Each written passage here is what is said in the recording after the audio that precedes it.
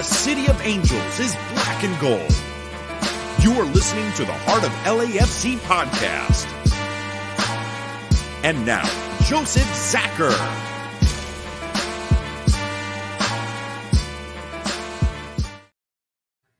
Greetings, Los Angeles. Welcome to episode 302 of the Heart of LAFC podcast. That's right. We're calling this one Return of the King for very obvious reasons, as the king himself, our very own Carlos Vela, gave a vintage half, we'll say it that way, and pulled a rabbit out of the hat, and we got out of town with a win. It was a very beautiful finish to a very difficult game with a very short lineup, but all is good with 3 points. Of course, making the milestone of 300 points. Hey, I like 300. It's a great number. What can you say? So, yeah, there it is. Fastest to it. Pretty good news there. And of course, the team we're playing this week will be the team that had the record before us. So there it is. Yes, a good run. Of course, to get into this, to get the coverage proper, to get you ready for another quick week, we brought back the crew. We've got Araceli, we've got Bam, and we've got Tony. Tony, how are you doing tonight, sir? What's going on, you guys? I am doing great. Well rested. I'm glad for 3 points. Thank God. Even though it was like chaos of a game, Araceli could probably tell you more on that from what I saw just from the visuals. She was actually there. But other than that, I'm ready for Seattle and seeing the new chaos that's going to be coming up because of that. Oh, yes. But we're all in chaos. So it's a mutual chaos because, you know, in MLS, if you're good, that means you have chaos at this point of the year. Good teams deal with it, right? It happens. Bam, how are you doing, sir? I'm doing quite well. Some interesting stuff happened overnight in the world of football, which I'll get into a bit later. But all I can say is well done to the teams of what they did. There it is, and we'll definitely get into that. And it's going to affect a few things on tonight's episode that you might enjoy. So, yeah, good on you, Bam. Good thinking, sir. And Araceli, I left you for last on this one for very obvious reasons. You were actually at the game. How are you doing? I'm doing very well. I'm still kind of in recovery mode, to be honest, because it's been a very long weekend. And I definitely can't wait to discuss more of what happened on Saturday. I mean, it's true. It's always a party anytime LAFC comes to town. And it really was a fun experience. It looked it. It looked it. I heard you might have got some swag. Any swag to show off today? I'm just going to throw it right at you there. I had a feeling you guys would ask about it. Actually, technically speaking, it's for my dad. I got a jersey from our very own Ilie, who gifted it for my dad since this Friday is his birthday. And he was very nice, to give it to him after the game. And it's definitely going to be one of those treasured memories. It should be. If any of you have ever met Ilie is the definition of class. One of the nicest people you will ever meet in the game. Will always down to strike up a conversation. He'll talk anything with you about football. Always there to volunteer for events. Araceli, you experienced it in Kansas City when he was there, and we're blessed to have him here in LAFC. Again, I just lucky to have him on board. And as you see here, a fine birthday gift. Well done. Shout out to Ilya on that's for sure. I also want to throw it to you. What was the experience like in stadium? We'll get into the highlights, but just the change in mood and atmosphere and all the shifts in this game. You were right in the middle of it. It was pretty much thundering, wasn't it? Oh my goodness. The atmosphere at Children's Mercy Park was absolutely electric because just how we kind of covered it, going into the match, Sporting was already on a 4-game winning streak. So it was back to kind of the quote unquote old ways of being a sold out stadium, a very hyped up crowd. And of course, as we saw as the game progressed with the questionable officiating, it's really honestly the best way to word that. There was a lot of reactions. It truly was an emotional roller coaster, and especially with that last play right there in stoppage time, because I was in the tunnels for that, and it's been a minute since I've heard that stadium erupt the way it did. Obviously, we'll get a little bit more into that later on, but Mm-hmm. I mean, just the overall vibe from the LAFC side was great. Excellent, excellent. And you did run into some LAFC supporters as well out there, right? I did. I actually ran into a lot of them, actually. There was quite a few who were there vacationing. Of course, there were some who do live in Kansas who just moved here recently. So getting to kind of introduce them to Kansas City and giving them kind of the highlights, advising them on certain locations was just an absolute, it was a blast, really. Excellent, excellent. Yeah, I've been out there, and I will always advocate for heading out to watch games against SKC.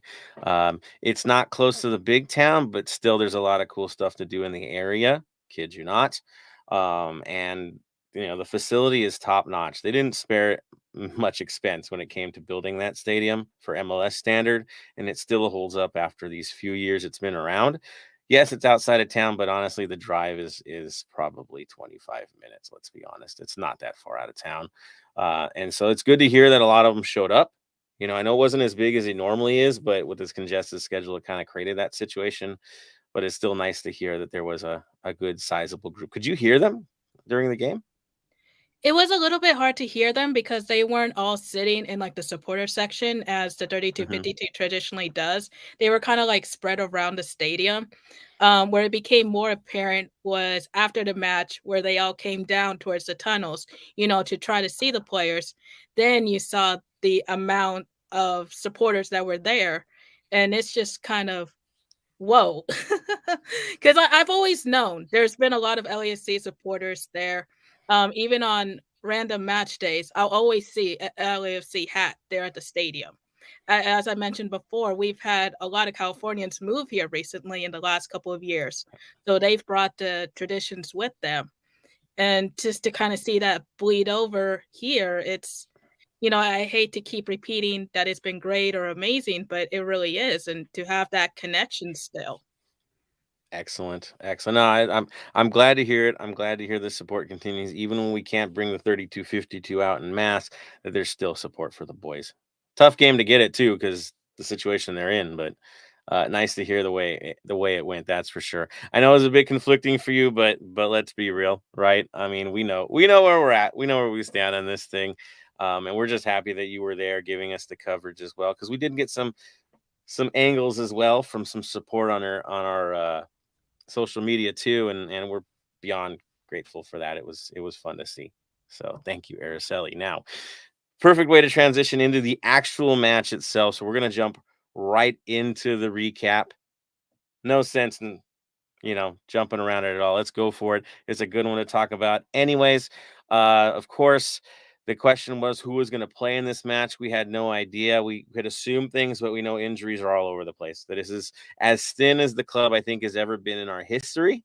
This has to be like the moment, right? Where you can't even fill down a bench. It's that bad. So basically the lineup was kind of what we were asking for, right? We wanted chaos. We wanted things blown up, right? I think we were all kind of begging for it. Like, just let them rip, man. Like, let the kids make a run. Guess what Dolo did? He let the kids make a run. So the top line was Buke, Ordas, and Bogush, right? Yeah, he went for it. Our midfield, of course, was Ilie Sanchez, Duenas, and Crisostomo.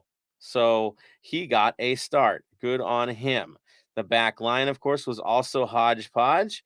We had Maldonado and Long with the open wound, apparently, uh, still as your center backs.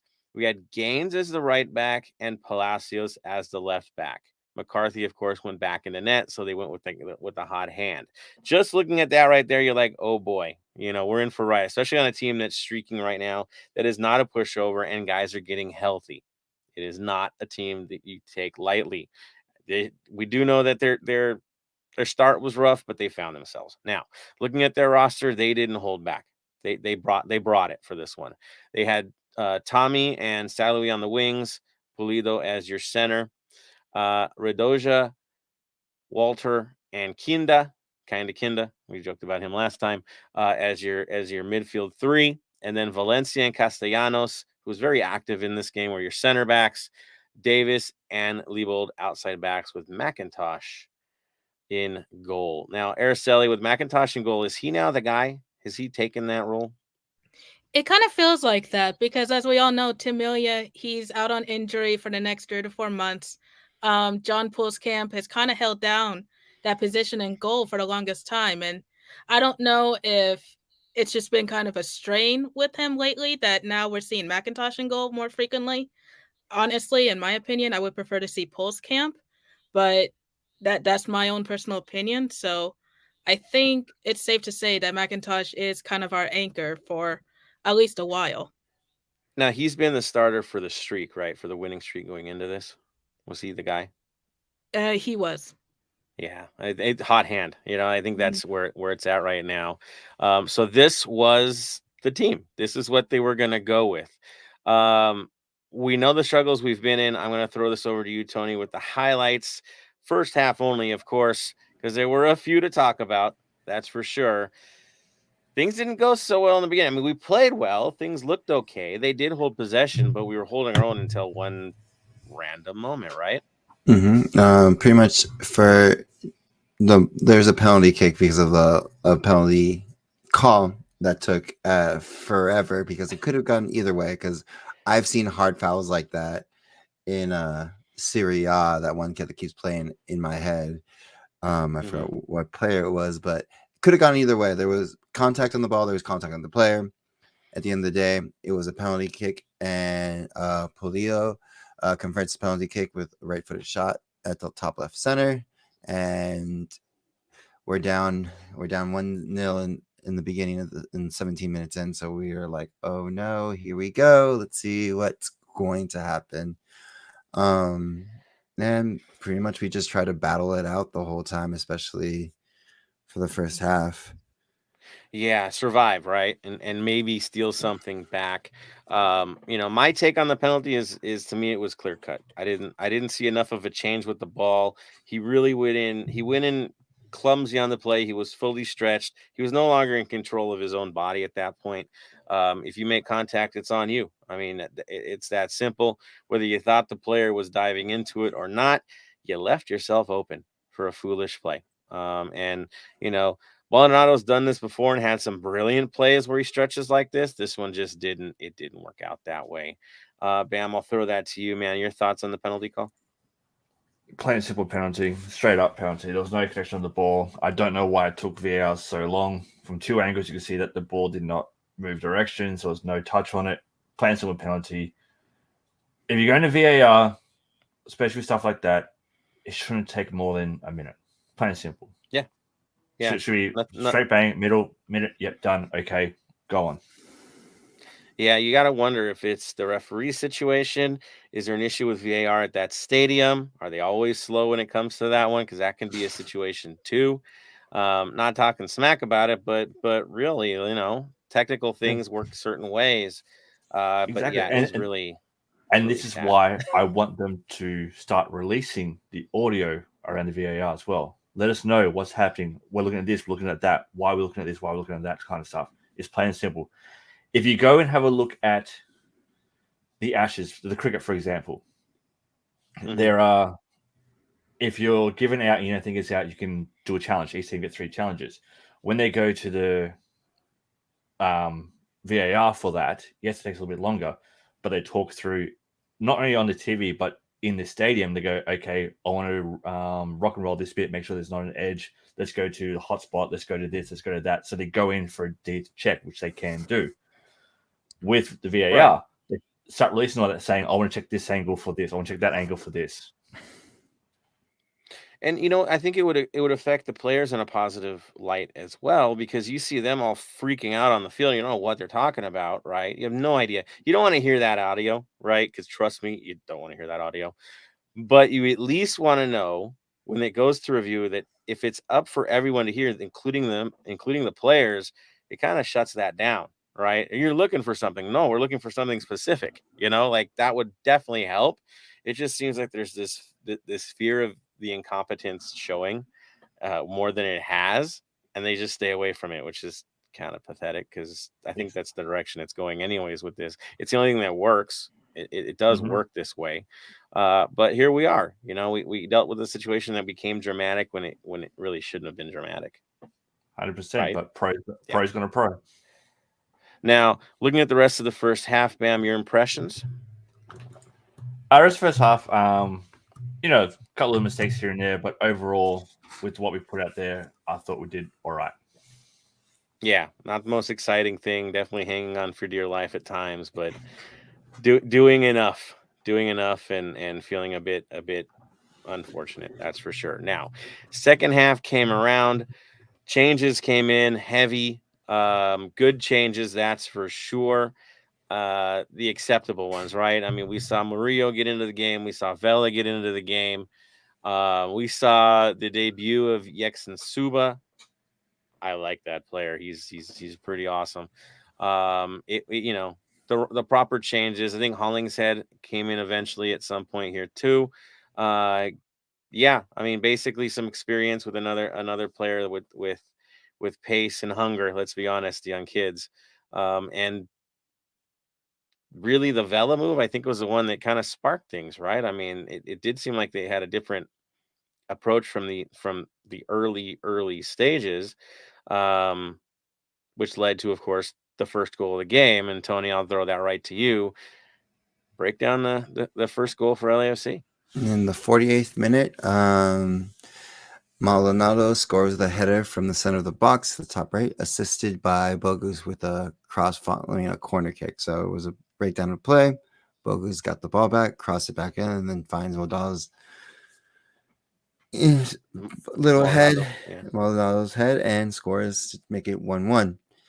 And it gets even crazier because we actually had a goal called back because of offsides with Aaron Long with a nice header, and it was again goes back to just keep the flag down if you're unsure, because that was a very, like, if you go to VAR, that's like you show the line, like how far he was online, but to see that by eye level, I think you should have just kept the flag down and gone to VAR to see if it was offsides or not. But they never looked at it. They never called it back or anything. So we were still down 1-1. But in the 90th minute, Long got his revenge back with a karate kick pass right back to Vela in the half line, onside, because one of the SKC defenders decided KFC. He's going to say KFC. That was awesome. Yeah. SKC defender. Sorry for my word vomit on that one, but so hilarious at the same time. Defenders decided to walk back and be lazy on defense, kept Vela onside, and scored the game-winning goal in the 90th minute. So, and that pretty much wraps up the game of us going away from Kansas City with 3 points, and I believe back into second for the Western Conference, and with good high spirits, and it looks like the boys are going to be okay for right now. I mean, yes, if things work out, we could be the top team in the West after one more win. Yeah, it's wild. It's a wild finish, crazy. The story, of course, of the game was, of course, the disallowed goal for us, which reopened Long's wound, which means I don't think it was ever actually healed again. Taking some risks there, but dedication, man. All credit to him for that. And of course, the madness that happened before we stole this game, where KC thought they were going to take this game, where they get a goal called back. That was all over the place, and way before the expected replays where they reviewed this thing, right? An initial foul before all of it went down again. It was pretty chaotic. I know, Araceli, you were at the game. You were getting the impressions, like I asked you earlier. From your standpoint at the game as you were watching this thing, thoughts on, I'd say, the last, let's be honest, 10 minutes of this match?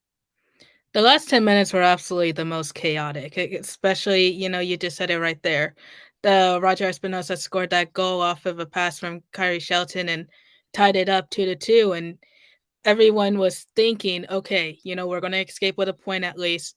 But then, of course, VR enters the room and disallows the goal. So I will be very honest. For me, I was actually celebrating in the tunnels when the goal got called back. That, but hold on. Because I was preparing for interviews. And if anyone knows, while you're doing interviews, you want your players to be in a very good mood. I'll just leave it at that. But besides the fact, when the call itself was initially made, as I mentioned earlier, the stadium erupted. Clearly, everyone was unhappy with that call, to say the least. But it it was pure chaos. It looked it. I mean, it wild situation. That's for sure. But let's be honest, Bam, they got it right at the end of the day, right? They did. Look, would I've been upset if they let the goals in a little bit, but at the same time, though, they got it right, especially at the depth like that. That's where you need to get it right to begin with. For me, if we left there with a point, I would have been happy, especially with how we played and with who we put out there. But taking 3 points from SKC is always a good, especially when Johnny Russell comes out onto the pitch. Yes, and of course, when he comes in, it's all madness, right? Every time we play against him, he comes up inspired. Let's just say it that way. And whoever has to deal with him has to deal with pretty much a force. Let's be honest. Oh yeah, 100%. Right, Johnny Russell against us. He loves playing against us. He gets under our players' skins.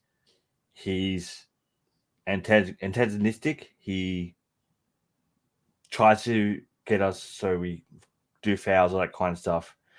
He's the type of player you hate to play against, but you want him on your side. Oh yeah, 100%. He's a guy that you'd want wearing an armband. That's just the way he is.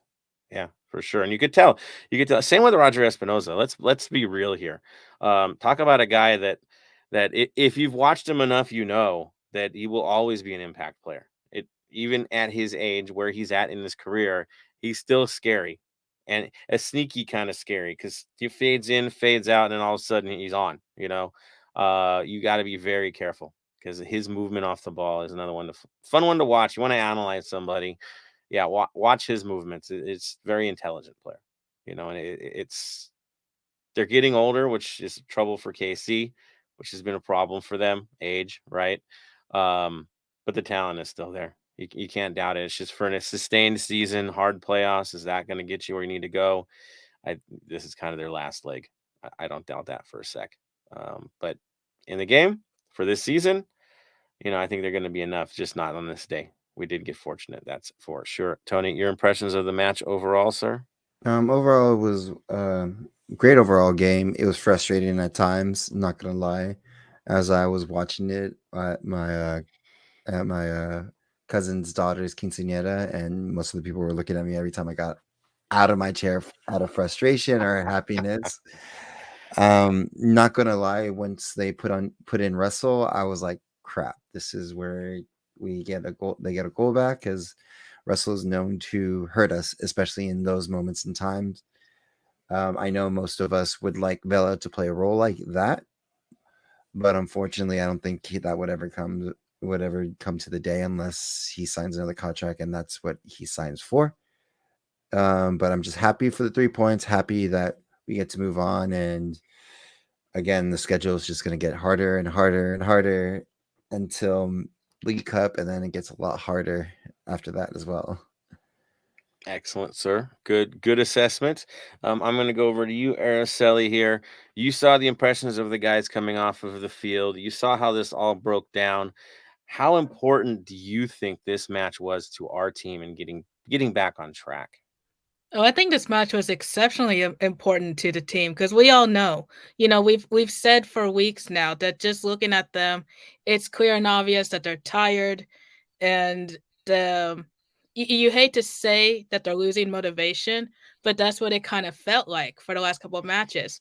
And to see them get that win finally, just the impression that I got of them, coming off of the field, they were all celebrating, they were excited. So hopefully, going into Seattle, they take that celebration with them. What I was very happy to see was, more of our LAFC2 guys are starting to get looked at. Christopher Jaime was also called up, although he didn't see any playing time, like Suba did.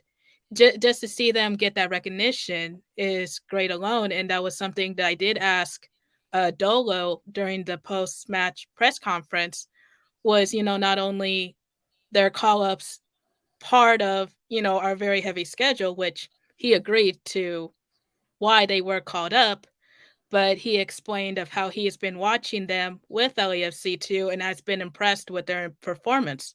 So if he's impressed, then I guess it's fair to say that I'm impressed as well, because as we all know, I've been watching these games, not intensely, but I have been keeping up with it. So overall, I'm just glad to see them get that shot. Yeah, and in a way, it's a bit of a wake up call as well for our veteran players to see these young kids come in and do the job better than some that we rely on at this point that look tired. To have them come in and do what they did is very, very impressive. And this is where I'm going to throw it to you, Bam, before we get into 3 stars. For the young guys, your impressions on the young players in this match? For me, what they are doing is they're doing great. A lot of them, especially like Ordez, have great situational awareness. They've got the older football brain. They're not their usual, I'm 16, 17, 18, 19. I know X amount. But the way that they're coming up, the way that they're being taught and all that kind of stuff, what they're learning from the Velas, the Chiellinis, you can't just get that. You're going to learn that from those certain players. So although they're under 21, their footballing minds are the 25, 26-year-olds already. So the future is going to be really good with these kids. Yeah, they don't look like green college players getting drafted into the league. That vibe just doesn't exist anymore. That's why we've gone the direction we've gone. We can see where their heads are at. That reminds me of a moment I saw where Duenas was going at it with SKC's big shot, right? The guy we all love so much. In the midfield, he had a tangle, and they got up, and it was this kind of a respect thing, and it was just, again, name slips me, but it was just cool to see, because you could tell not only are they learning from our guys, but in these game situations, presser situations, they're rising to the occasion. They don't look intimidated at all, and they're getting the job done, and filling the role that was required of them. Were we going to turn this game around, sticking with the young kids? No, we didn't expect them to. They came in for a role, right? They needed to cover time to get the other guys in there and have them fresh when they needed to be fresh, and they did good. The only guy to slip up in the first half was a veteran, not a rook. So give it to them. They earned it on the day, and I'd expect more shuffle, more trust in cycling the lineup as a result. So I'm going to throw it right back to you, Bam. Let's go right into 3 stars of the match. I know you were looking at the votes, and of course we got to add ours in. So let's go for it, man. 3 stars. So from all the fans that put in, McCarthy and Duenas were equal for 1 star because they both ended up with 3 votes from the fans. The second best on 6 votes from the fans was Vela. And the top for all the fans on 10 votes was Long. So Long gets the 3 points. So it's 3 points for Long, 2 points for Vela, 1 point for Duenas and McCarthy. And there has to be a special shout out to the bandage on Long's head. That's also got a couple of votes as well. So it's LAFC's Shroud of Turin. There you go. Yeah. For me personally, I gave 1 vote to Maldonado because I thought, although he made a mistake, he did come back, score a goal, and overall did quite well. 2 votes has to go to Duenas. Him in the game was just great, and 3 votes for me went to Aaron Long because what more can you say? There you go. Araceli, yours? My votes go to Modelano, Long, and I'm actually going to give my third vote to Suba, even though he only played about 10-15 minutes. The fact that he made his first team debut and he hustled, he made an immediate impact off the bench, definitely impressed me. So I give my votes to him. Nice. Tony? 3 points for Long for the assist, the almost goal, and just overall playing with a open skull wound at the end of the day. 2 points to Duenas. Again, he is showing why he's, as I said in the last episode, he's no longer a kid, and we shouldn't consider them kids anymore because at this point in time, they're playing with the big boys, and they're showing why they can play with the big boys. And the last one, I give to Vela for getting back, for his momentum, getting back into the rhythm of things, and hopefully this can kind of get him back into the way we need him for the final stretch of just these next couple of weeks. I'm not saying the whole season, just these couple of weeks that's going on. There we go. I'm definitely on the Long train here for my first star. Definitely max points for him. Again, warrior mode in this match. Playing injured, still doing the job. Open wound, still keeping your head. Let's be honest, that's really hard to focus under that kind of pain. If you've ever had it, trust me, you're feeling it constantly. It's not fun, and when the heart beats, yeah, you feel it. So good on him for keeping his head, making it happen, ending this thing strong. Second star, I'm going to give to Vela on this one. He needed that 45 minutes to come in fresh in a second half, did show a huge difference, and he lifted the entire team this time. Just the way he was playing this game. Bit of a vintage vibe, but also the new version that we're looking for. He did show promise of that. So second star. And it's really hard. I mean, Duenas definitely is going to get my vote. But it's tough because there's so many other guys that could have that third spot. It really is. Murillo coming in the second half definitely settled things for us. Bogusz getting a critical assist in this game. You have to give him credit for that. He did find his man on the play. Yes, I'm going to go with Duenas, but those two also you definitely have to give you got to give a shout out because they did the roles, and of course Suba was fun to watch too. So yeah, again, the team effort's what got us here. That's why we're here. That's why we get to walk away in a very happy mood and have hope for Seattle. But yeah, those are my 3 stars. Yeah, so that is where we are on 3 stars. Of course, after 3 stars, what do? We throw it to you guys. We want to hear your conversation. We want to hear what you guys have to say. And I see a lot of comments popping up. I love the comments. So before we go do to this. them, yes, sir. Just an update on the current standings on where everyone's is for the trophy. Mm-hmm. I'll go with the top 5. Ooh, in 5th place on 14th point is Tillman. 1 point above him is Murillo. Equal on 18 points. Can you guess who might be equal on 18 points? Equal on 18 points right now. Ilie and Vela? McCarthy and Duenas. Oh, McCarthy getting in there. Check that out. Okay. And Duenas. All right. They're equal second, both on 18 points. Cool. And top vote getter. Top vote? Bwanga. Yeah. Easy Bwanga. He's still 8 points clear of everyone. He should be. I know, right? Vela isn't in double figures yet. He's only on 9 points. Wow. I mean, but we've seen this year. No doubt about it.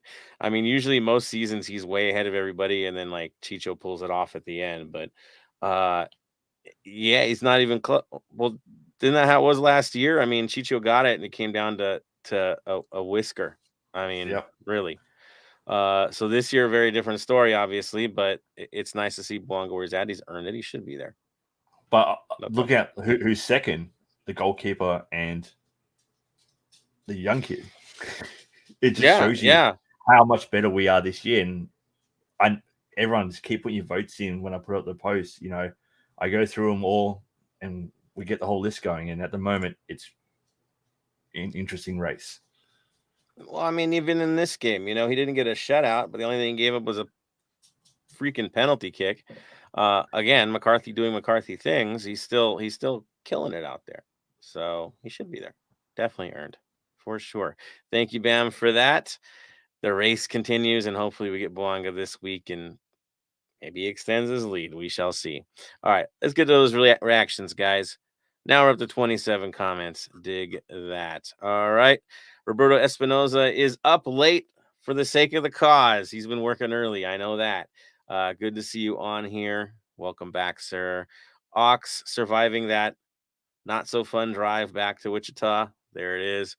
Mark in the mix, giving us the LFGs. There we go. Tony Villegas in the mix. Good seeing you on here. Mendo on as well, giving the what's up to everybody. Lunch special Geo coming in with the bench Vela still. I get you, man. I mean, maybe you like him as the super sub, he's still tired. I'm gonna deny that. 90-minute Vela, that's a hard ass these days. That's for sure. Bam, you wanted to add in on this, didn't you? To be fair, with what happened last game, why not just keep him on there for the first half and then bring him out when we need him? And because when we do need him, he does step up. You mean like Vela's the new Dio for this year? Why not? Why not? Yeah, right. Not going to do crazy Dio things, except last game he did. Would you rather a Vela 100% for 45 minutes or Vela 100% for 45 minutes and 50% for the other 45? Well, look at Seattle and what they're built on. I'll take him for the strong second half 45. They're not going to be tired. And he can't outpace the defenders they have when they're full on. So, yeah, right. Makes sense. So, Gio, you're onto something, man. That's for sure. I don't think you're going to see a full 90 with him not on the field, but yeah, a different look at things right now. That's for sure. I see Dave checking in. Good seeing you on here, Dave Gomez. Mark Lopez says, at halftime, I thought scoring a goal, regardless of the outcome, would be a moral victory. Didn't expect to turn around in the second half and win. Yeah, it was pretty wild, right? Lunch special, Gio. Okay, I'll address this, dude. It is concerning that no rumors for number 9 this summer transfer window have come out for us, or any rumors at all for that matter. Okay, so I'm going to say this, like I said, for the past 6, I guess it's now 6 seasons, right? When it's quiet, something's happening, right? We're not seeing goofball rumors, but when it's quiet, again, the window's not open yet.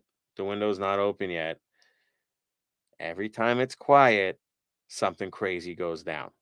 Okay. Did we see it all coming down for who we got last year? Did y'all know Bouanga's name at this point? I didn't know. I mean, we go back to the original days and the stars made at this club. They're quiet, man. The Bale thing, I mean, were you all ready for that one? Do we all know it was coming? Chiellini, do we know it was coming? No. The good ones seem to be the ones that surprise us. So I would say like a kid on Christmas morning, you're not sure what's going to be under that tree, but if they're quiet, we tend to get something nice under the tree. So yeah, Christmas in July, people. It's okay. It's okay. I'll leave it at that because it might be quiet for you. I'm not getting the quiet vibes on my end. So yeah. Daniel Angel says, heard a familiar voice at the post-game press conference. Did we, Araceli? Press conference? That was me. Hey, there you go. Good stuff, Daniel calling it out. Again, Araceli putting in the work. No doubt about it. Daniel Angel says, lunch special Geo, our team is very media savvy. Too early for leaks. Sustained dominating the news cycle. Give it a week or two. Here's the other thing, guys. I don't think anybody's even looking at the transfers. They're looking at one team in the league, and that's the only thing they're looking at right now. If you watch Apple, they're looking at one team that apparently now gets the third kit. Go figure. Would have been nice. It's not like we haven't been selling jerseys for the past 5 years, 6 years. But yeah, they're getting the third kit. But yeah, all eyes are on Miami right now, which, to be honest, is good news for us. That way the light's away and we can go get the work done. And so they can go sign retirees to hang out with their old buddy. But we're up to something. Jonathan on here says, hola fam. Sorry I missed the chat for 300. Congratulations, epic number, epic show. Thank you, Jonathan. Jonathan Reimer has always had our back on this thing, and you know how busy he is. So thank you, Jonathan. No doubt.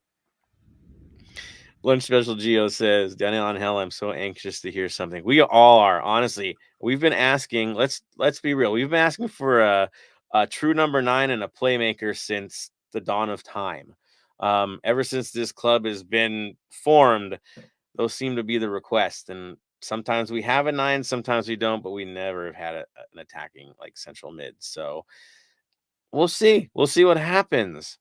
Jonathan says, of course, a few more weeks until the window. It's bootstrap time till then. The cavalry will arrive. In JT we trust. Like I said, there's more to it. I know the way this team operates. I love quiet LAFC. Trust me on this. It works out. Mark Lopez, I love Duenas. Kid has an engine. Wasn't his cleanest game, but he plays with real heart. 100%. Very intelligent player. Love to see it. Jonathan also says the kid's balled out versus SKC. The future is bright. Experience they're getting is invaluable. Agreed. Enough to trust them in Leagues Cup. Hint. Yeah. Roberto Espinoza, kids play their heart out, and McCarthy was insane. Almost stopped that penalty. Have you noticed every penalty he's allowed, he's guessed the right way? It's rare for him to guess the wrong way. It's just unfortunate he doesn't get a piece of it. It's tough. Let's see. Tony Villegas, our defense still needs help. Our defense is broken right now. There is no question. I mean, you're throwing up the Long and Maldonado partnership. You have one guy that's hurt and one guy that we're not sure who's going to show up from minute to minute. It's really tough and struggling, right? And then the outside back position. I mean, Hollingshead, we saw what he did the last couple games. They're not where they need to be, and a lot of it's just simply health. And we just need to get them right. Dave Gomez says Duenas is great at drawing fouls. Suba impressed me. Yeah, I'm with you, man. I'm with you. I feel good about those guys.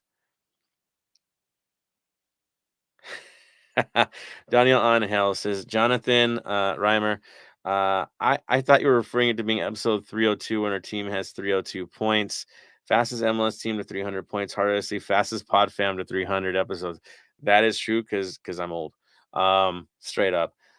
Been here since for me on the draft, but before then, before we had a team, we've been doing this thing. So again, shout out to Jerry on that for getting this thing off the ground and all the rest, as you see here, keeping it stronger than it's ever been.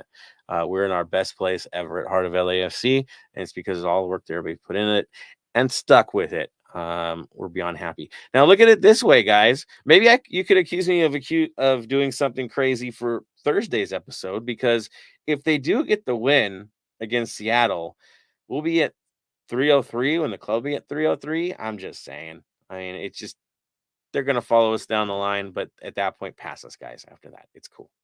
Please do. I just made Tony Villegas hungry. He says KFC sounds good right now. Just had to throw that out there. Actually, I think Tony made him hungry, but yes.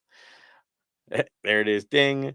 Roberto Espinoza, Aaron Long going for headers with stitches. Rush should have kept the flag down.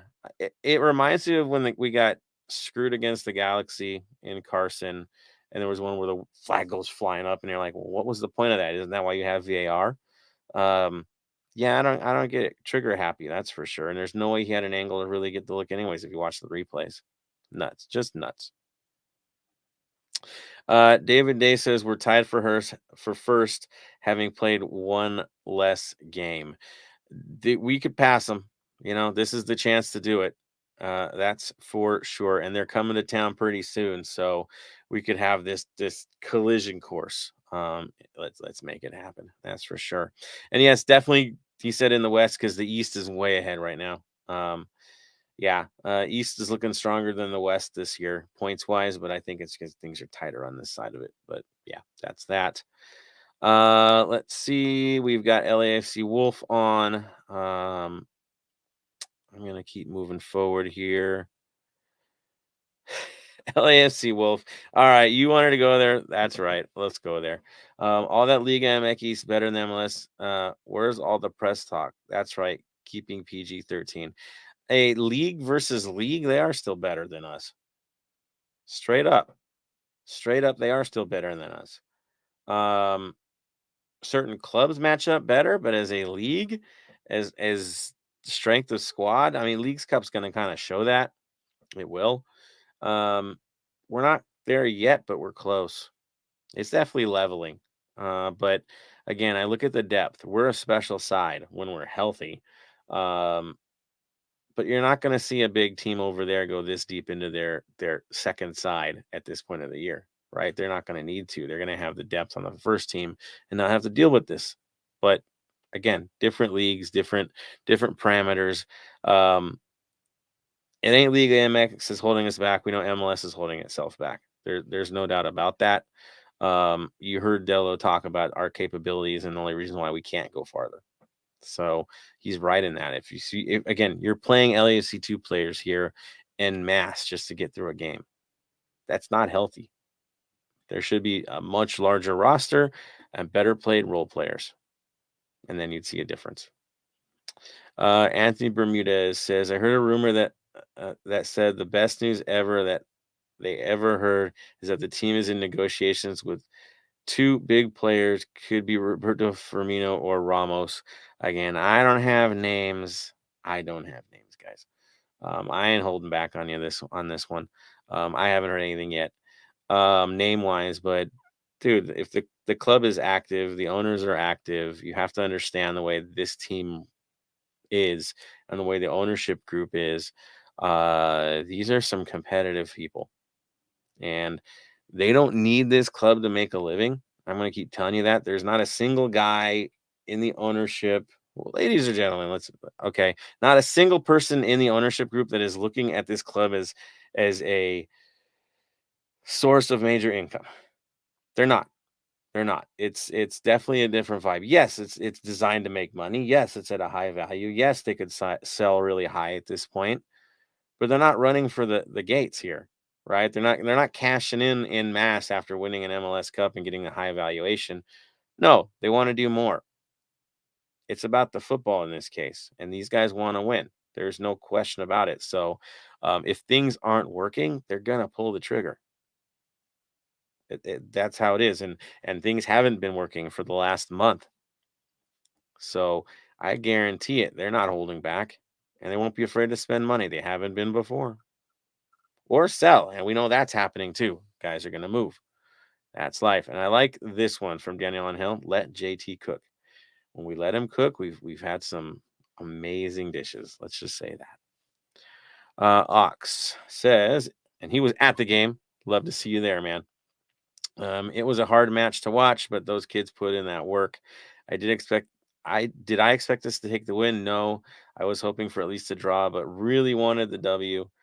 There it is. We took the 3 points. As you see there, Ox has got like some skills when it comes to doing the heat pen on wood. We do have one here. I have one here at the office. Yeah, man, good stuff, man. It looks sharp. Well done, dude. We love it. And yes, traveling across the state to get it taken care of. I know Pop Ox was with you too, so good on you, man. Well done, sir. And yeah, definitely, we always love to hear from you on this, dude. Well done. All right, let's see. We have Marvin jumping on. He says, how many players do you think we need? I think 3, ideally 4. We need more depth, but we need to transfer out 2+. Well, I mean, the 2+ that we're talking about for transfers out, I mean, the logical one, of course, would be Cifuentes, which I think is happening. All signs lead to that. And then Palacios was the guy that almost went, right? I think we all kind of knew that. Don't be surprised if he goes this time. And of course, that does force us to make moves. What do I think if I'm going to play the thinking game? I think 2 with a hope for 3. At least I think that's where my head is at. Is it 2 or a must? The 3rd if we can. I really, yeah. Because again, you're looking at it. You have Gaines playing well, right? He did well. You have Hollingshead who plays better on the left. So if Palacios goes, you know where Hollingshead ends up. And then we have Palencia when he's healthy. So it kind of looks like a repetition, right? And then the center back situation, it should fix itself with health. We just need him to get healthy. And then it puts it to that 2, maybe 3 out of luxury. Tony, I'll throw this one to you, man. What are you thinking we're going to run for? 2 new players or 3 or even 4? Where's your head at? If we can get 2 good players, I would take that. Depth-wise, I would try to get 4 ideally, just because of the long schedule that we have moving forward. But if we can get, I know people want a number 9 at this point. I want a number 10 to get the ball into situations where we can finally say we need a number 9. Because right now it's just box to box. We can do really well, but moving the ball forward is the problem at the moment. Yeah, no. Again, there have been moments where we're skipping the midfield, so obviously something's wrong there. Something's not connecting. So we're gonna keep harping on it. That's for sure.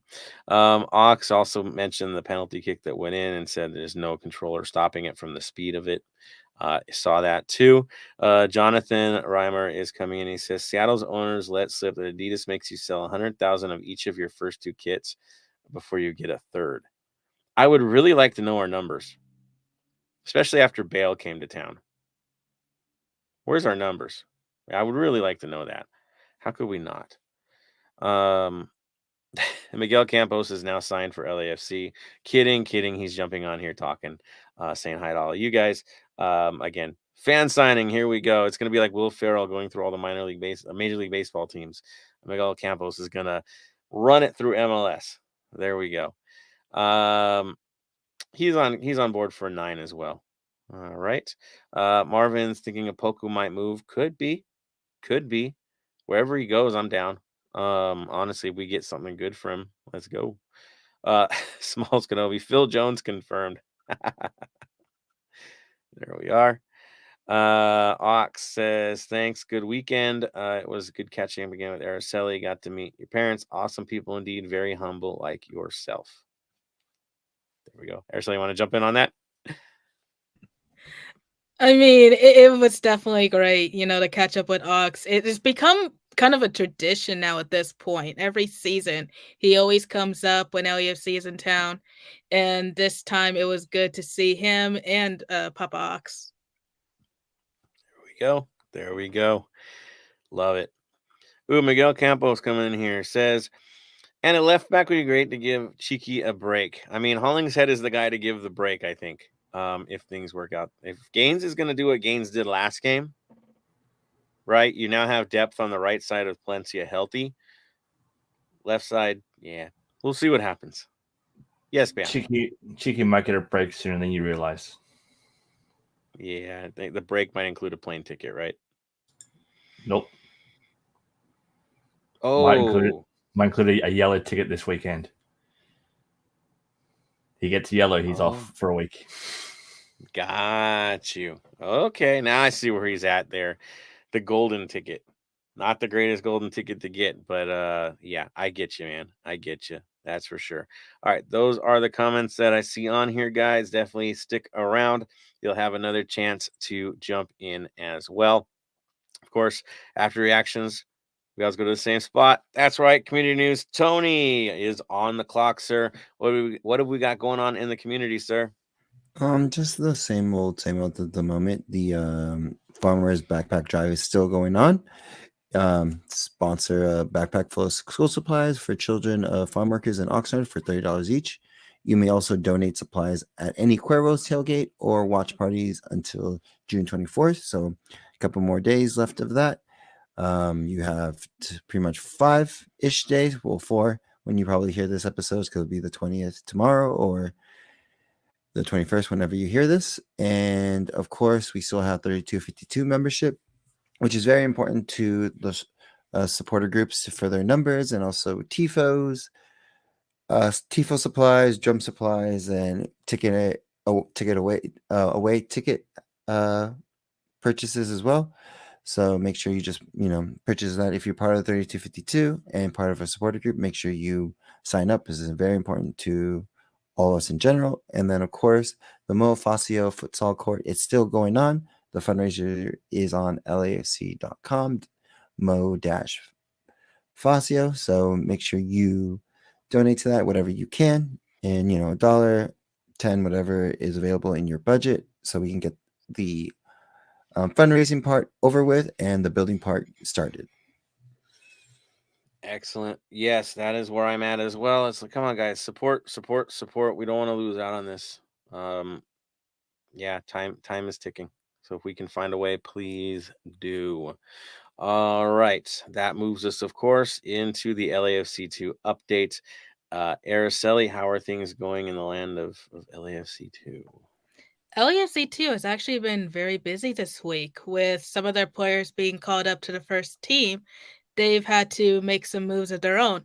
First things first, LAFC2 fell to Sporting 2, 2-0, due to 2 early first half goals, a penalty in the 17th minute. A little deja vu there, considering what had happened the night before, but it happened. And then moments later, SKC's Ethan Bryant scored again in the 37th minute. And from then on, it was just kind of a little, back and forth. LAFC2, unfortunately, couldn't really find a result out of that. So they are now on a 4-game losing streak. But they will be back on the road in Vancouver this Thursday at 7 p.m. Pacific time. The game will be on Apple TV. And going back to Sunday's match, DeCarlo Guerra made his debut in the 81st minute, and then Fabian Vasquez was signed to the team on Friday and made his debut with a start on Sunday. Also, too, in the news, we already went over Jaime and Suba. Ryan Aoub, who was called to the SC Bayern World Squad, he's been in practice with them, and they play their first game tomorrow against Estudiantes de La Plata. Argentina? I think it was Peru. Right. Peru. Okay. Huh. Okay. So, where are they playing at? Are they actually overseas? I'm really not too sure on that. I would need to double check. If I'm honest, there really hasn't been a lot of information that's come out lately of his involvement with Bayern, aside from being signed to the squad. So trust me, we're still working on trying to find out more information. Interesting. Okay, so we'll definitely get some updates as we see the progress there. But hey, FC Bayern, I mean, that's pretty darn impressive that he's getting those minutes and getting to play and practice. Let's hope it's the first of many, right? Get their way where they need to go, and who knows, there might be a team in Europe where they need to fill the roster soon. Just saying. So yeah, let's do this. All right. Of course, that brings us over to the Black and Gold Vinyl Club minutes. Bam! You have a story behind this one, don't you? Yes, I do. So overnight, there was 2 incidents that happened in some friendlies. The first one was between Ireland and Kuwait. A Kuwaiti player made a racist remark towards an Irish substitute player. And the other one was between Qatar and the All Whites, New Zealand. Now, a Qatari player made a racial comment towards Michael Boxall, who plays for Minnesota United. So because of that, the ref did nothing. This was during the first half. The ref did nothing, even though the players were protesting, saying that he can't say that. So New Zealand turned around and said, we're not playing the second half, and the game was abandoned at halftime. So because of that, for this week's Black and Gold Vinyl Club Minute, I've decided to go with I haven't gone with a band per se. I've gone with a set of brothers called the Finn brothers, Neil Finn and Tim Finn. Now, you would know these guys from the bands that they've been a part of. They have been a part of the Finn Brothers, obviously. Split Ends, Crowded House. Neil Finn also played a bit with Fleetwood Mac, for example. So for this week, I'm going to go with the Finn Brothers as the Black Gold Vinyl Club minute. Check out any of those bands. They are amazing. Like Split Ends, for example, some of their big songs are I Got You, I See Red, 6 Months in a Leaky Boat. Just some amazing songs. So definitely go check them out. Well done, sir. Again, a little bit outside the box, but we like that. It makes it way more creative. And again, an excellent way to segue into the Vinyl Club Minute, mentioning some again horrible incidents, but moments of strength and resolve to stand your ground. Yeah, well done, sir. Thanks for bringing it up. Yeah, perfect. Now, let's move on to our preview. I know, right? We're at preview time. Here we go. So it is the LAC versus Seattle Sounders preview. Of course, we play them on Wednesday, the 21st, 7:30 p.m. kickoff. Very up and down, right, in terms of the year. The thing is, as bad as things sound for us, we're not the only ones, okay? Again, the league has ways, the way it's built, where teams that are aggressive and improving, that push to move the needle, tend to get cut at the knees because of roster restrictions and national team appearances. Yeah, Seattle's not alone. We're not alone. We are the two teams that seem to be taking it on the chin. And amazingly enough, we're right next to each other in the standings, but in not a bad place. So, Tony, how are things going for both sides right now? How's the run of form? For Seattle, the run of form in their last 5 games is they've tied against Charlotte 3-3. They tied against Portland 0-0, lost to San Jose, won against Red Bulls 1-0, and lost against the Whitecaps 2-0. So they are 1 win, 2 losses, and 2 ties at the moment. And in every game, a different lineup, just like us. Shuffle, shuffle, shuffle. Yeah, tough to see. Of course, we're in the same case where we've only won 1 from the last 5 as well. Happened to be the last one. In their case, they had a draw with a lot of goals. So, looking at the standings right now, Tony, where are we both at? So we at the moment are in second place. They are in third place with 1 point between us for that spot. So this game is a pretty much whoever wins this can either pretty much go into first or / drop down a little bit depending on the games, because again we are still have 1 game in hand against everyone else, while everyone else has played 2 games in hand for Seattle. But again, we're behind St. Louis with 1 game in hand. That's why I said 1. Yeah, it's an interesting situation. I mean, this is how wild it is in the Western Conference. We're sitting on 29, so is St. Louis. But if you get down all the way to 5th spot, is SC Dallas at 26. They could leapfrog themselves all the way to 29 points by the end of this, right? We could drop all the way down to 5th without a result. Same with Seattle. Same with San Jose, who's chasing them. Same with St. Louis. They could be dropped all the way down. It's tough. It's tight. It's going to be this jump round. The only benefit is that, again, we've got those 2 games, like Tony said, in hand on most of these teams, and 1 game in hand against St. Louis. So let's see where it takes us. Of course, it is nice to be where we're at right now. Now, Tony, in terms of goal production, I'm just going to throw this out there, and then I'll throw it to you on the players. In terms of goals scored, this is pretty wild. We've got 25. They've got 24. Goals against, 16 for us, 17 for them. Mind you, they've played 2 extra games. Assists, 14 for us, 17 for them. And the goal difference, we're +9, they're +7. Not a big rate, not a big break. Things look very similar. Again, they've had the 2 extra games in league. We've had a whole bunch of other games, right, in truth. But the numbers are close. The numbers show some similarities here. Now, standing out for them, Tony, who's standing out right now for these guys? Who's carrying the weight? So for the key players for Seattle, this is people we should watch out for, but there is something that you'll bring up later that might like kind of negate them for this. But of course, Jordan Morrison with 9 goals in 16 matches. Raul Rui Diaz with 4 goals in 9 matches, and then the ones who are helping them with these goals are going to be Leo Chu with 7 assists in 17 matches, and Nicolas Loderi with 5 assists in 17 matches. And the reason I mentioned that they might not be a factor is because of an article that Joseph found out for the U.S.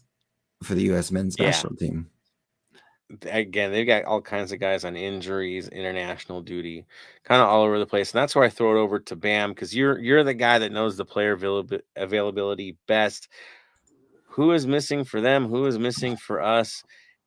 It's chaos before we talk about lineups. It is completely chaos. Obviously, Sota Kitahara's out. You also got Xavier Arrega, who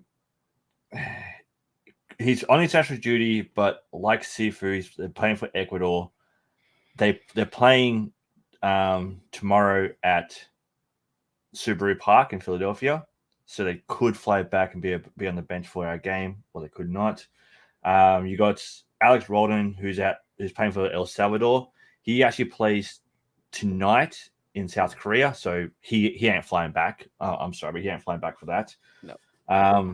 And before this article came up, I had Jordan Morris and Lodero out, or questionable with abductor strains. So for me, you're saying that they could be out due to international, so there's that as well.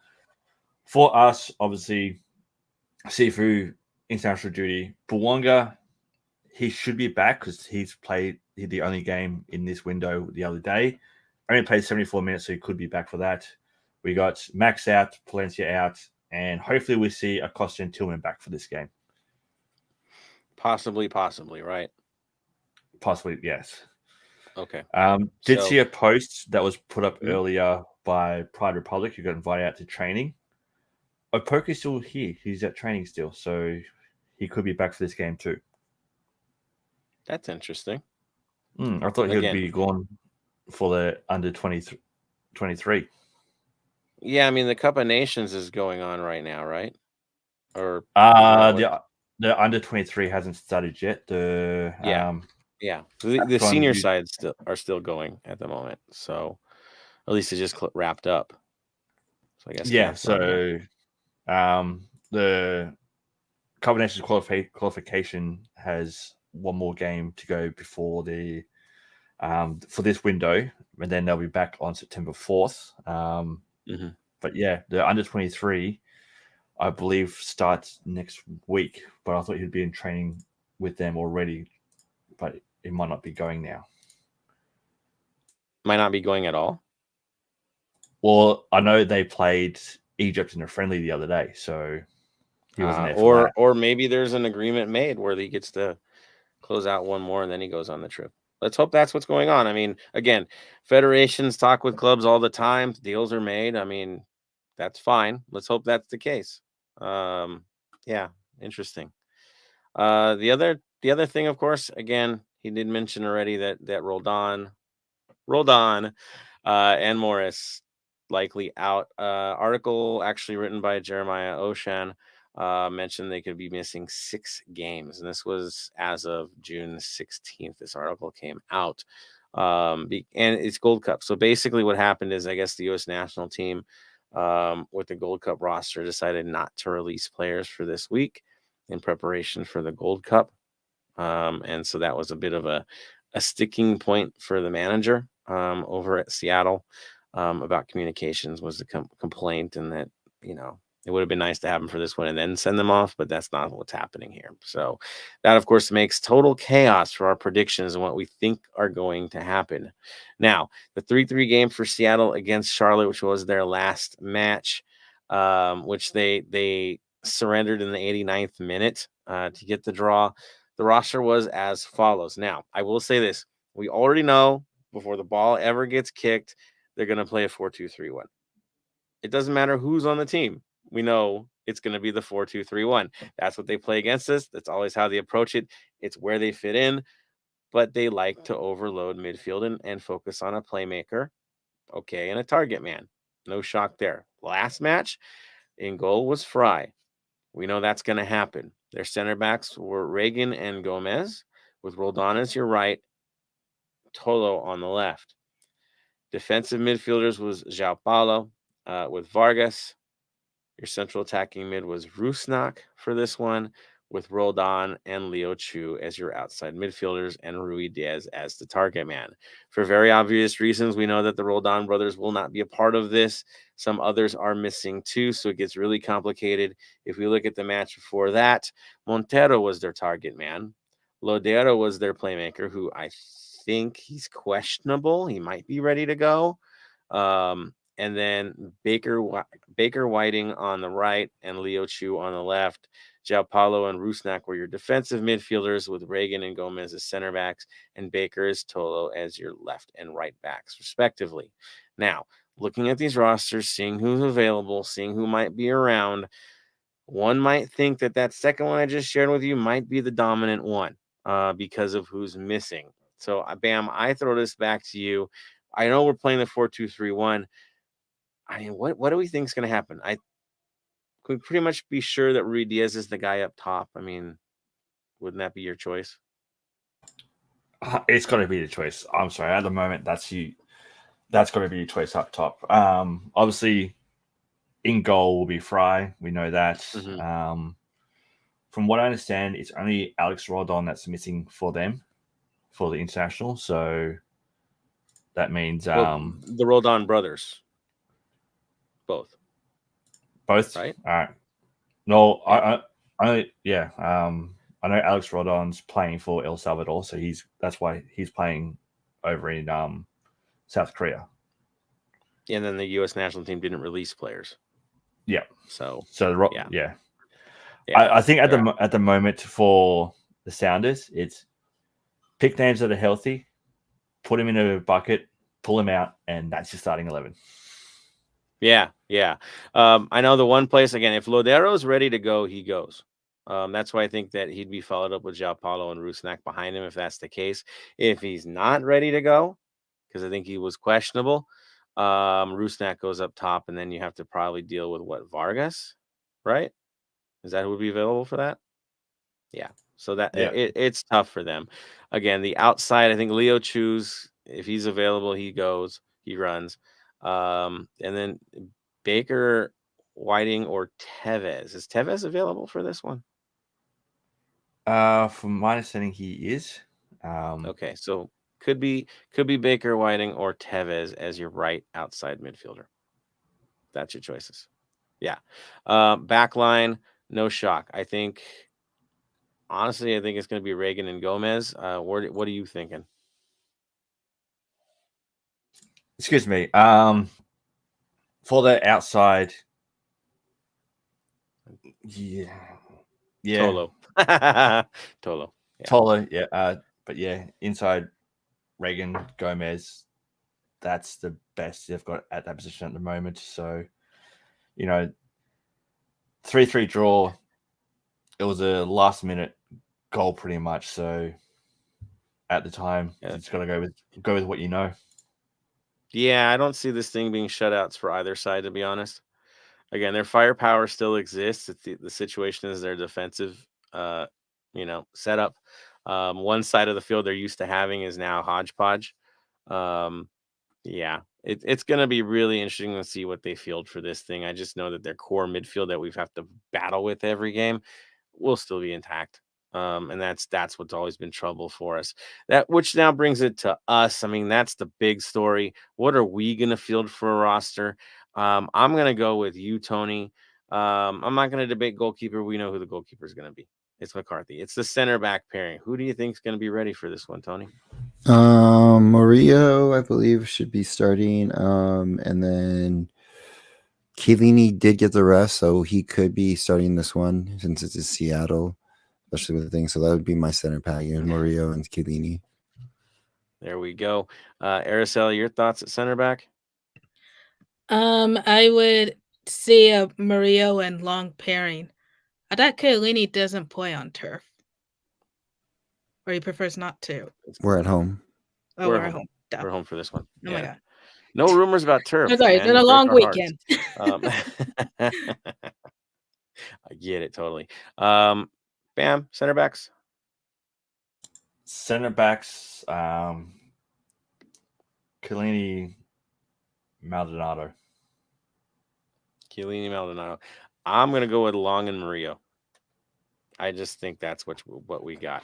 Long and Murillo are the guys right now. I think they're worried about Rui Diaz even more on this one, with Chiellini being the proper guy to come in later in this to shut things down. We'll see. Gonna be tough. The right back situation. Do we go with the kid? Do we go experience on this one? I'll go back to you, Bam. Are we going Hollingshead or are we going Gaines? For this game, Hollingshead. Left back, Araceli. Hollingshead. Left back for Hollingshead. So who do you want on right back then? Oh. I know. You guys are just tripping me up today. I know. But yeah, Hollingshead right back, left back, Palacios. Sorry. There we go. Okay, I think we have pretty much consensus on that one there. The midfield is yes. The big question for left back is, what game do you want Palacios to miss? Do you want him to miss next game at home to Vancouver? Or do you want him to play against Vancouver and miss the Dallas away? I think you go with the biggest matchup, and this is the current biggest matchup. Yeah, Seattle, put him in there. Right? He cops a yellow. He misses Vancouver. Then he's back for Dallas, Carson, San Jose. That works for me. Tony, you're good with that, right? Kind of, not really. Like I said, it's San Jose is not the biggest rivalry that I give to about, and Carson is on. Yeah, so they're on like a winning streak, but I'm not too concerned with them right now. Like I said, we have to take it game by game, and I know we have a long schedule, but at this point, just go by game and see who's healthy and who's not healthy at the moment. I understand that, but as I said, the question is, which game would you want Palacios? Are you happy for Palacios to miss? I'm happy for him to miss the Vancouver game. Honestly, I don't want him to miss any. He's going to copy yellow in one of the next two games. It's not guaranteed yet. Like I said, I'd rather him just keep playing until he either cops the yellow or doesn't cop the yellow. He needs the run of form, because we've seen what happens when we don't have the run of form with our players. We get rusty, and then we start losing games that we should be winning. If he's healthy, he starts. Right, Tony? Simple. Yeah, there it is. Midfield's a bitter question. Who starts in this game? I think anybody that's even listed remotely questionable, don't even include them. Even if, they might be ready, they're not going to be there. No way. So, Ilie, of course, will be your midfielder. I don't see that changing anytime soon, especially knowing what they're offering. Who's next to him, I think, is the bigger story. Araceli, who's pairing up with Ilie for this one to start? For this one, I would give Dueñas the start. Again, he's definitely proven that he deserves it. Although here in KC, it wasn't his cleanest game, he definitely has the run of form and needs more experience. Ilie is a given. I don't know. I'm kind of leaning towards giving it to Crisostomo again. Out of necessity because of health? Unfortunately. Probably. Yeah. Tony, I mean, Bam, you're saying that someone might be available from that group? The injured guys?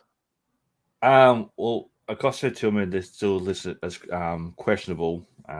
So for me, they might be able to be back. But for me in the midfield, Dueñas gets a start. And I'm going to take a page out of Tony's book here. Put either Bogus or Buke down in the midfield. And then up top, Bogus in the midfield, and up top starts Ordaz, Buke, and Bouanga. Danny back. Dig it. I'll throw that over to you, Tony. Your thoughts on midfield and strikers? I would say Ilie doesn't start. He comes in second half, so I would put Chrysostomos, Dueñas, and Bogus. Woo-hoo-hoo, against Seattle. Here we go. And then your top boys. My top.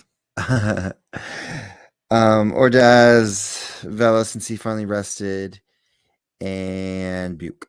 And Boanga comes off the bench because again he is coming back from international, like jet lag and all that stuff. Ooh, so do you think Vela would come off for Boanga? Is that the call? Yeah, that would probably be the call. Again, Vela only came in the second half, so he didn't get a full run last game, so he's pretty rested for this one. And yeah, so that's been the trend of what's been going on. How Dolo does everything is if you play a full 70 or pull a good amount of minutes, you don't play and you come off the bench. If you do not play and only play like 20 minutes, you start the next game. There it is. I think we're gonna get shocked by them. The midfield situation, I think, is gonna be typical from what we saw on Araceli's thought process for this one. Again, does he use Bogusz back there? No. Should he? Yes. I would prefer it, but I think we're gonna with Araceli's setup. Up top, I think it's gonna be Buke, Bogusz. What we saw last game against Kansas City, I think that's what it's gonna be. Get through the first half and then let the firepower take over in the second half. As long as they keep it close, those guys will do what they need to do with short rest, especially Boanga coming off the bench. How scary is that for anybody, especially one where you have a hodgepodge back line? That should be fun. And I just think they're both going to be your second half super subs. My thoughts on that. All right. So there we go with the preview. Let's see where you guys are at. Final comments for the day. Let's do it. Let's see here. Comments. We have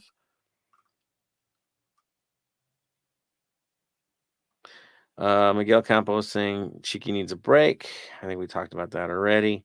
With the potential yellow card.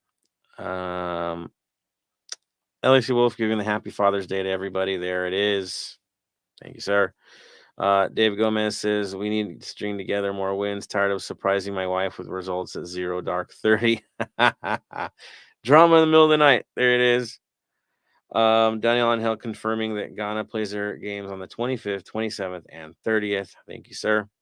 So yes, Boko could be available. Marvin Chavez, I think this game will be very important. Can be a statement win that throws us in a great trajectory. Hoping we get Boanga, Costa, Tillman back. Yeah, hoping and praying for that one. Again, we'll see where it goes. Chavez, of course, this is assuming that those are available. We put Hollingshead, Murray, Long, and Palacios. Yeah, I mean that would be the best, right? Acosta, Ilie, and Tillman, if available, if healthy. Opoku, Vela, Boanga, again, if healthy and ready to go. That's our ideal, right? But I'm not sure we're at that point. I hope so too, Marvin. It just doesn't. I'm not getting that vibe right now. Falcon jumping in, cool. Down on Hill, Sifa could be good to go. There you are. And Marvin says, don't think injury report is out yet. At least one was KC's list. Acosta, Tillman may be back. We'll see. We shall see. Let's hope, man. We need it. We need to have our 8 guys ready to go. Ox says, hoping we can pull through with all these games coming back to back. Same here, man. Again, it never gets easier, does it? It only gets crazier. Now there's better opponents too. So you gotta get it right, because you could get smoked by some of these teams. Going to be tough. That is for sure. All right. Of course, guys, as we end every episode, first and foremost, we do want to thank you guys for all that you do, supporting us, keeping us going on this, all our families, putting up with our madness in the middle of the night. Thank you, and thank you again. All right. So let's move it on. Final thoughts. I am going to start this one with Bam. Go for it, sir. Final thoughts for today is for all the fathers, happy Father's Day. For the American Father's Day, Father's Day is here a little bit further down the road for us. So for that, enjoy your day. Today, I believe, is a holiday for you guys over there. Yes. So yes, stay safe during the holidays and all that kind of stuff. Just again, the mental health, look after each other, phone calls can save a life. Those go into the game, don't drink and drive, don't smoke and drive. Just go have fun, get home safe, and let's get 3 points. There we go. And yes, today was Juneteenth. A lot of us had the day off. I love seeing the event with the Think Watts Foundation and LAFC today. That was super impressive. Again, and anytime you see Sticks doing something, it's always super cool. His organization just keeps getting bigger and bigger and impacting more people and more lives. So all our love definitely goes to Sticks and the Think Watts Foundation. It looked great today. Araceli, you have the floor. For my final thoughts, I just want to say again, thank you to everybody who traveled to KC for the game. It was a pleasure to meet all of you and get to know you. And I've said it once, I said it again. Anytime LAC comes to town, it's always a great time. I love getting to meet everybody, especially getting to reconnect with a lot of the LAC staff. Although we all work, closely together, when you don't have that in-person interaction, it can get difficult at times. So I needed that. Let's put it that way. Other than that, just kind of the usual run of things. We got another home game, so everybody please stay safe. Really, just don't be an idiot. I know it's going to turn into a catchphrase at some point, but really, just watch out for each other and enjoy. Thank you. Yes. Shout out to Victor. So you're talking about traveling supporters. He drove all the way from Omaha for this one. I've done that drive. It's a decent drive, but it's a lot of straightaways and not the most exciting drive in the world. So Victor, good seeing you out there, man. Thanks for hitting me up about that too. Totally awesome. Again, all the supporters in the Midwest making it happen. Not the South, Tony. Not the South. Well, which gives me the perfect segue because Tony, you have the floor, sir. Just everyone have fun when you're listening to this. During the game, make sure you drink responsibly. Of course, I'd rather you leave the game good and healthy, in good health. Also, please do not throw cups onto the field. I know that's been an issue for the past couple games. They have been caught. So don't be an idiot. Just throw the beer showers as upward, not towards the field, because you don't want that band on you and you get called out on that because it's no fun for anybody. Also, happy Juneteenth. It's always good to see, like as Joseph says, LAFC and Watts, the Watts Foundation do great things together. Yeah, Think Watts do the great things. And other than that, let's just get ready for Wednesday's game and hopefully take those 3 points to be back in first place. That's right. So close back into it. Again, thank you, Tony, for bringing all of it up. Always, every time, our heartbeat, right, of community news and reading the room. And I'll tell this: not only don't throw things onto the field itself, don't throw micheladas at all. Let's just throw it right there, right, Tony? That has to be the scourge of the North End right now. Is the actual flying micheladas. If you know, you know. Trust me, as one of the guys that has to take care of equipment, if you want to destroy the North End, keep throwing those things. They wreck everything, and it's not pretty. It's just not pretty. So do your best not to do that. Beer, have at it. Micheladas, think twice. Yeah, I guess it's my turn. So I'll just say this again. Thank you, everybody. It's always a pleasure. Let's get to the next points record. Again, let's build on to that record as we just keep flying with these points. Get back on it against Seattle. I know those who are going. Give your all for this. Treat it like a playoff game because let's be honest, anytime we play Seattle, it's pretty much a playoff game. Let's keep this rivalry going and get it strong. And just, again, I think that puts us 3 ahead if we get the win in terms of wins. So make it happen. All right. I'm going to switch this up.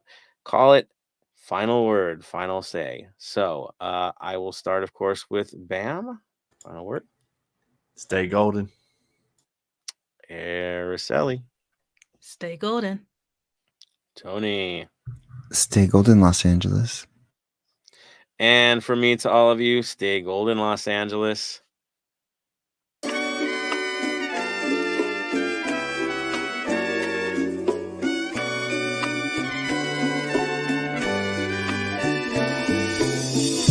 Thank you for listening to the Heart of LAFC. Make sure to leave us a rating and review on iTunes or Stitcher. Shoulder to shoulder, the black and gold is taking over.